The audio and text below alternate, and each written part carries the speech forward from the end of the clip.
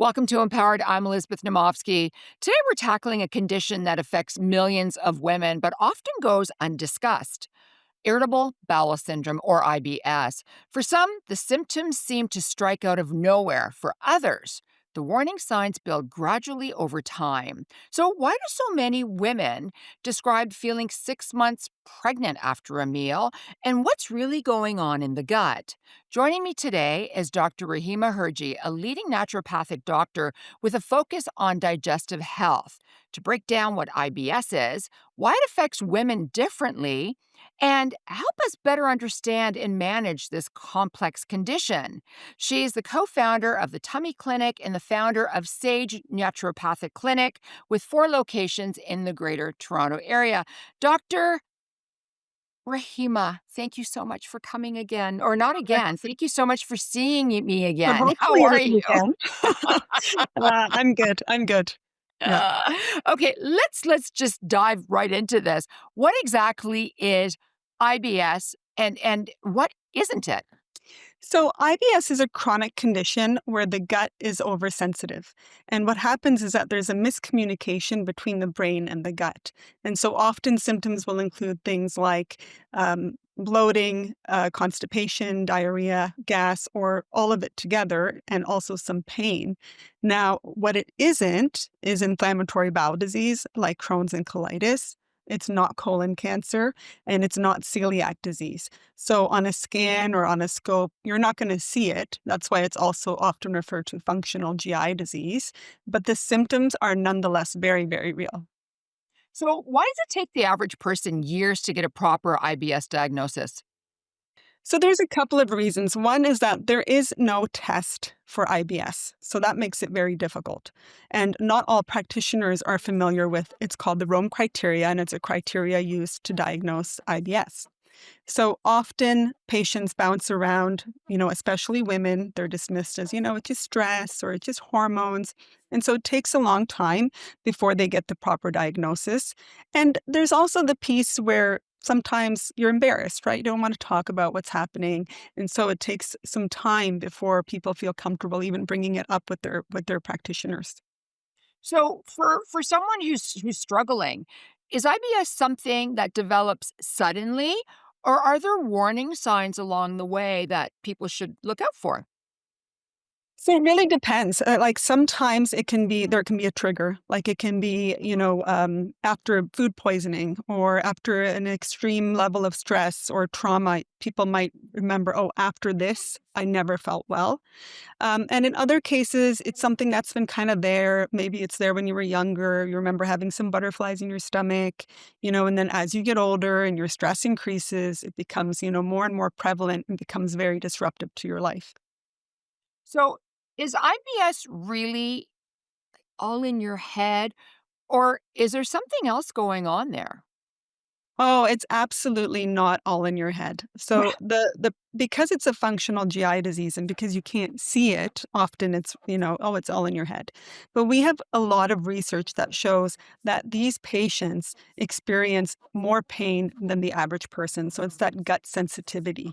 We also see changes in motility. So in some patients, the motility is increased for diarrhea or decreased in constipation. And also, we see that the gut bacteria or the microbiome is changed in these patients. So there are changes that are very well researched in these patients. So even though, again, you can't see it, it is very, very real, and the symptoms are very, very real. So let's talk about stress because everyone's stress level has risen recently. How does stress and your gut, like, how does that work with the brain access? And does that actually affect your digestion? Yes, 100%. So you can think of it as, your gut and your brain, they're on the same group chat, right? So all the messages coming in, they're both getting them. So the problem is when your brain gets stressed, it goes into fight or flight mode, then the body stops sending resources, stops, sending blood and other things to the digestive tract and really focuses on dealing with the stress at hand. And so what ends up happening is that there can be inflammation that comes from that, which can lead to like gut hyperpermeability. Again, you can see that sensitivity of the gut increasing. And the stress also has an impact on your bacteria, again, leading to an imbalanced microbiome. So don't go away. We'll be right back with more IBS, what to do, and how to handle it.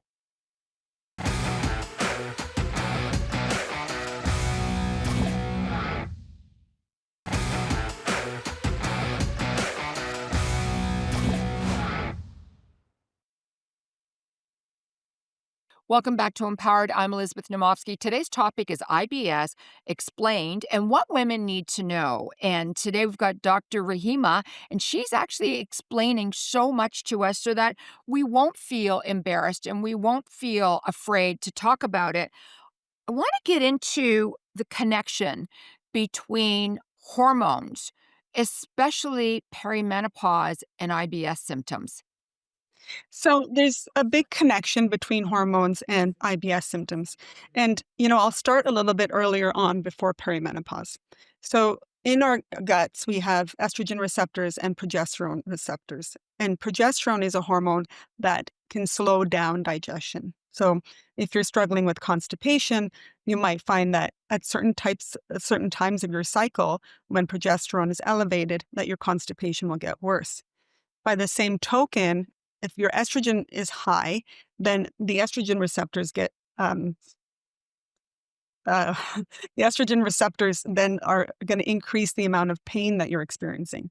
So often, what you'll see is this cyclic trend in women, younger women who are still menstruating. And then as you get older, it becomes a bigger issue because if you're in perimenopause, your hormones are no longer cyclic. So now the symptoms are all over the place. For instance, in perimenopause, your hormones up, down, up, down. So again, if your estrogen is really high, you're going to experience a lot more pain. And as your progesterone is changing as well, you're going to find differences in your digestive tract as well. So the focus for IBS, it's multifactorial. So when you're treating a patient with IBS, you don't want to just look at their diet or just their stress. You want to look at their hormones as well. You really want to take a multidisciplinary approach that is going to address all of these different factors.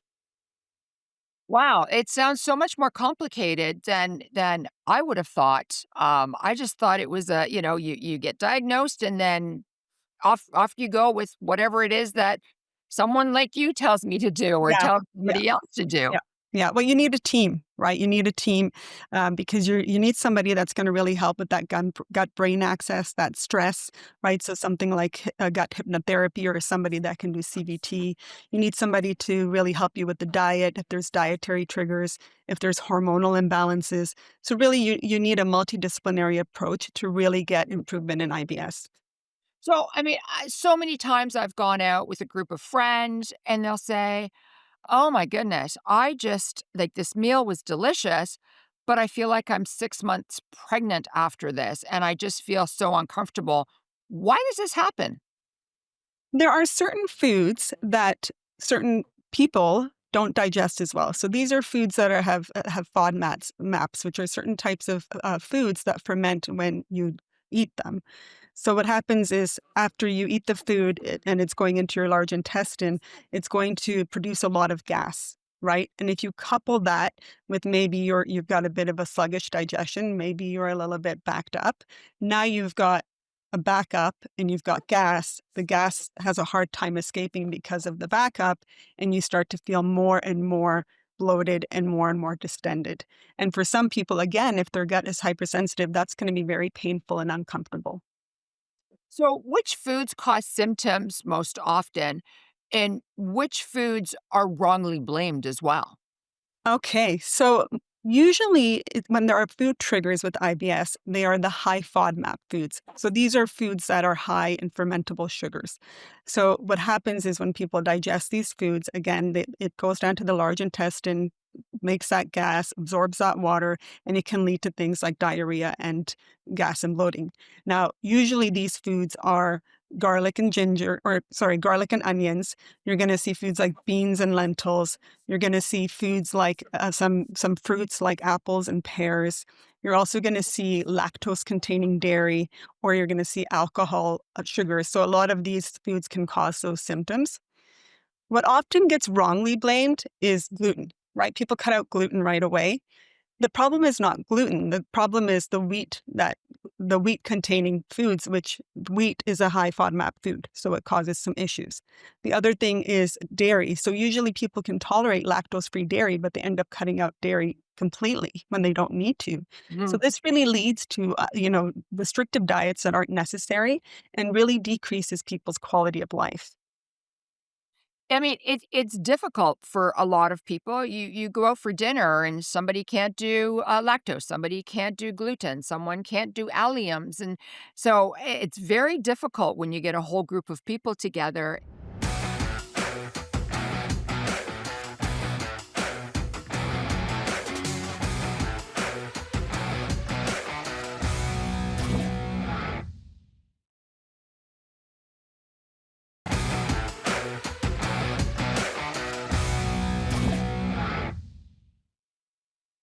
Welcome back to Empowered. I'm Elizabeth Naumovski. Today we are discussing IBS Explained, what women need to know. We've got Dr. Rahima here, who is going to explain everything. And actually, she's been really, really informative so far. So let's just keep talking about this.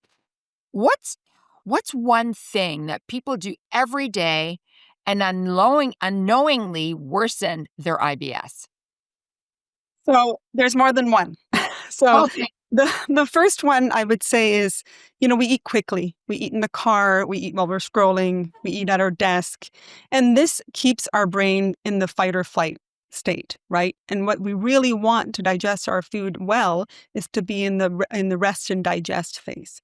So the most important thing you can do is to sit down, really get yourself in the mindset of you're going to sit down, enjoy your meal, try not to be distracted, and try not to eat in a rush, right? Chew your food, really be mindful because that's what's really going to help the digestion. The other thing is that often people, if they have the urge to have a bowel movement, they'll ignore it because they don't want to have a bowel movement at work or they, don't want to use public bathrooms. And this can really impact your system, right? Because now you're not listening to your body and what it's saying. And so over time, it can cause worse constipation and worse bloating. And then lastly, it's really the sedentary lifestyle that we all have, right? Like movement is really important to keep your digestion going. So not walking, not getting out of your chair, sitting for hours on end, that can really also be a bad thing to do. Interesting. I had no idea. So let's move on to fiber. You go out for dinner with your friends and people are talking about psyllium and what do you take? And you hear, Metamucil on television. Does fiber help or can it make things worse for you? So it depends. So it depends on the type of fiber. So there are some really great fibers like psyllium and guar gum that have been really researched and studied to show that they can really help your gut and your digestion. On the other hand, rough insoluble fiber like wheat bran can actually aggravate your symptoms.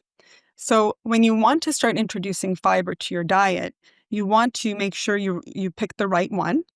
Secondly, you want to start low and go slow, right? So you don't want to start at the maximum dose. You want to start with a little bit, gradually increase over time. And while you're doing that, you also want to be making sure that you're increasing your fluids so that, that can help with the fiber and so that you don't get constipated. So which fibers are the ones that are bad for you then? So wheat bran has actually been shown to not be very helpful, and the ones that have been shown to be most helpful are psyllium and guar gum, and these fibers actually also help to feed the good bacteria in our gut. So Okay. they have a really, really positive impact on your digestion. So then when should somebody consider probiotics? I have other friends that have said, I'm having problems with food or whatever.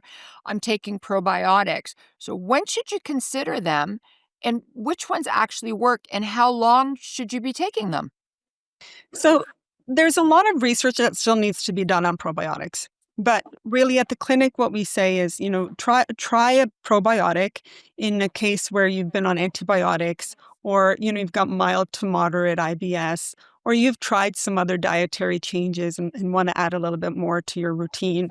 So what you want to do is you want to make sure that you've got a probiotic with some research behind it. So if you're getting a multi-strain, you want to look for a bifidobacterium or a lactobacillum. Or if you're going to look for a single strain, you want a well-researched one like the back to this, it's an infantis one. Anyways, so the last word is infantis. And then you want to make sure that you're taking them for 4 to 8 weeks. And then if you feel an improvement, you stay on it. But if you don't feel an improvement, you don't stay on it. Also, you want to be careful and not just go to the store and buy the one that has the highest CFU, because when it comes to probiotics, more doesn't mean better. Okay, so explain what CFU is and explain what the strands are. Different strands have a different impact, right? So some of them have been shown to be really helpful for IBS, but some of them don't. There's like thousands, if not millions, of different strands. So you want to make sure that you're buying one that has some research for IBS. And CFU is the count. Is it 10 million or is it 100 million? Is it 10 billion? So often people will be like, oh, 100 billion must be better than 10 billion, but that's not actually the case. Okay. All right. So I can't wait to finish this show and this episode, because I find that this is really an important topic, and I've had so many friends ask about it and ask me to do the show. And I hope that a lot of people will have all their answers that they need. So don't go away. We'll be right back with one more segment of dealing with IBS and making sure that you're functioning properly.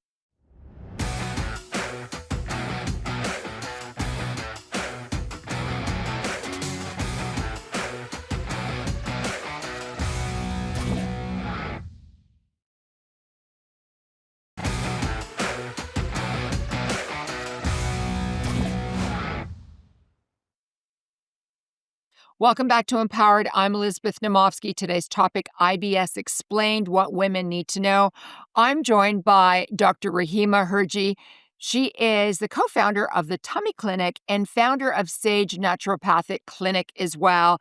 And I'm sorry, I've been tongue-tied today. It's one of those days. I don't know what's happening, but let's just continue, because I want to know, how do you know if your symptoms of IBS are actually IBS, or whether it's something more serious?